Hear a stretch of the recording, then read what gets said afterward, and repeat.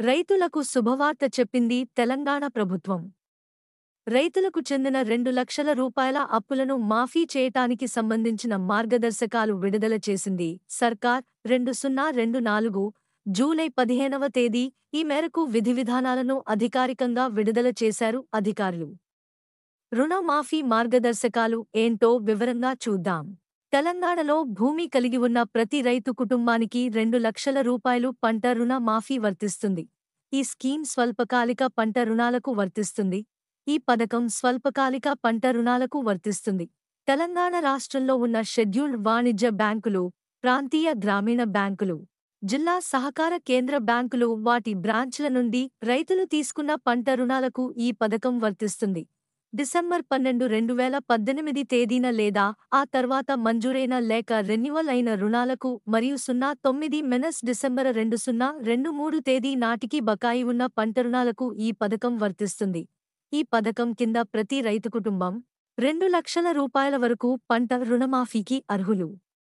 09 December 2023 తేదీ నాటికి బకాయి ఉన్న అసలు, వర్తింపయ్యే వడ్డీ మొత్తం పథకానికి అర్హత కలిగి ఉంటుంది.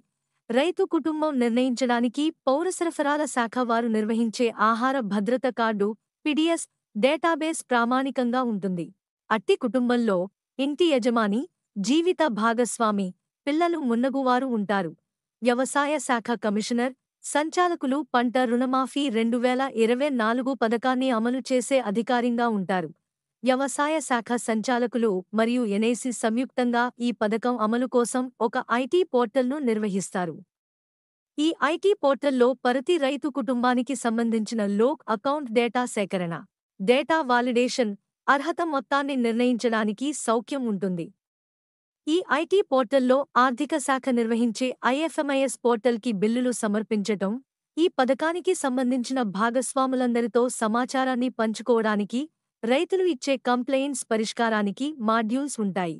ఈ పథకం అమలు కోసం ప్రతి బ్యాంకులో ఒక బ్యాంక్ నోడల్ అధికారిగా నియమించాలి. ఈ బ్యాంక్ నోడల్ అధికారి బ్యాంకులకు, వ్యవసాయ శాఖ సంచాలకులు మరియు ఎన్ఐసి మధ్య సమన్వయకర్తగా వ్యవహరిస్తారు. బ్యాంక్ నోడల్ అధికారులు తమ సంబంధిత బ్యాంక్ యొక్క పంట రుణాల డేటాను డిజిటల్ సంతకం చేయాలి. ప్రతి బ్యాంక్ తమ కోర్ బ్యాంకింగ్ సొల్యూషన్ నుండి రిఫరెన్స్ మెమో జతచేసినట్టి ప్రొఫార్మాలో డిజిటల్ సంతకం చేసి ప్రభుత్వానికి సమర్పించాలి. ప్రాథమిక వ్యవసాయ సహకార సొసైటీలు సిబిఎస్లో లేవు. కాబట్టి పిఎసిఎస్కు అనుబంధమైన సంబంధిత బ్యాంక్ బ్రాంచ్ రిఫరెన్స్ మెమో జతచేసినట్టి ప్రొఫార్మాలో డేటాను డిజిటల్గా సంతకం చేసి ప్రభుత్వానికి సమర్పించాలి. ప్రతి బ్యాంకు సిబిఎస్ నుండి సేకరించిన డేటాను యథాతథంగా ప్రభుత్వానికి సమర్పించాలి. ఈ ప్రక్రియ తప్పుడు చేరికలు, తప్పుడు తీసివేతలను నివారించడం. అవసరమైతే వ్యవసాయ శాఖ అధికారులు తనిఖీలు చేపట్టాలి. ఈ పథకం కింద లబ్ధిదారులు, రైతు కుటుంబాన్ని గుర్తించడానికి బ్యాంకులు సమర్పించిన రైతు రుణ ఖాతాలోని ఆధార్ను పాస్బుక్ డేటా బేస్లో ఉన్న ఆధార్తో, పీడీఎస్ డేటాబేస్లో ఉన్న ఆధార్తో మ్యాప్ చేయాలి. ఈ విధంగా గుర్తించబడ్డ ఒక్కో రైతు కుటుంబానికి డిసెంబర్ 9, 2023 వరకు ఉన్న లోన్ అమౌంట్ నుంచి రుణమాఫీ 2,00,000 రూపాయలు వరకు పరిమితి వర్తిస్తుంది. అర్హతగల రుణ మాఫీ మొత్తాన్ని డీబీటీ పద్ధతిలో నేరుగా లబ్ధిదారులు, రైతు రుణ ఖాతాలకు జమ చేయబడుతుంది. పిఎసిఎస్ విషయంలో రుణమాఫీ మొత్తాన్ని డీసీసీబీ లేదా బ్యాంకు బ్రాంచికి విడుదల చేయడమవుతుంది. ఆ బ్యాంకు వారు రుణమాఫీ మొత్తాన్ని పిఎసిఎస్లో ఉన్న రైతు ఖాతాలో జమ చేస్తారు. ఏ కుటుంబానికి అయితే రూ.2,00,000కు మించిన రుణం ఉంటుందో, ఆ రైతులు రూ.2,00,000కు పైబడి ఉన్న రుణాన్ని మొదట బ్యాంకుకు చెల్లించాలి.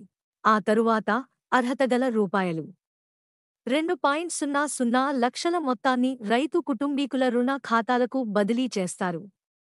రూ.2.00 లక్షల కంటే ఎక్కువ రుణం ఉన్న పరిస్థితులలో కుటుంబంలో రుణం తీసుకున్న మహిళల రుణాన్ని మొదట మాఫీ చేసి, మిగులు మొత్తాన్ని దామాషా పద్ధతిలో కుటుంబంలో పురుషుల పేరు మీద తీసుకున్న రుణాలను మాఫీ చేయాలి. ఈ రుణమాఫీ ఎస్చేలు, జెల్టిలు, ఆరెంజ్లు, ఎస్ఎస్ఎస్కు తీసుకున్న రుణాలకు వర్తించదు. ఈ రుణమాఫీ పునర్వ్యవస్థీకరించిన లేదా రీషెడ్యూలు చేసిన రుణాలకు వర్తించదు. కంపెనీలు, ఫండ్స్ వంటి సంస్థలకి ఇచ్చిన పంట రుణాలకు వర్తించదు. కాని పిఎసిఎస్ ద్వారా తీసుకున్న పంట రుణాలకు వర్తిస్తుంది. కేంద్ర ప్రభుత్వం అమలు చేసే పీఎం కిసాన్ మినహాయింపులను రాష్ట్ర ప్రభుత్వం వద్ద డేటా లభ్యంగా ఉన్నంత మేరకు ఆచరణాత్మకంగా అమలు చేయడం వీలైనంత వరకు పరిగణనలోనికి తీసుకోబడుతుంది. బ్యాంకుల యొక్క బాధ్యత. ప్రతి బ్యాంకులో డేటాను బాధ్యతగా ప్రభుత్వానికి సమర్పించాలి. ఈ డేటాలో రైతుల అర్హత, ప్రతి రైతుకు సంబంధించిన పంట రుణ ఖాతా వివరాలు సమాచార వాస్తవికత, సమగ్రత ఉండేలా సరియైన విధంగా ఇవ్వాలి. పథకం కోసం నిర్వహించే ప్రతి డాక్యుమెంటుపై, రూపొందించిన ప్రతి జాబితాపై బ్యాంకు బీఎస్ఓ డిజిటల్ సంతకం చేయాలి. నిర్ణీత మార్గదర్శకాలను ఉల్లంఘించి డేటాను సమర్పించిందని భవిష్యత్తులో కనుగొన్నట్లయితే చట్టప్రకారం బ్యాంకులపై చర్యలు తీసుకోవాలి.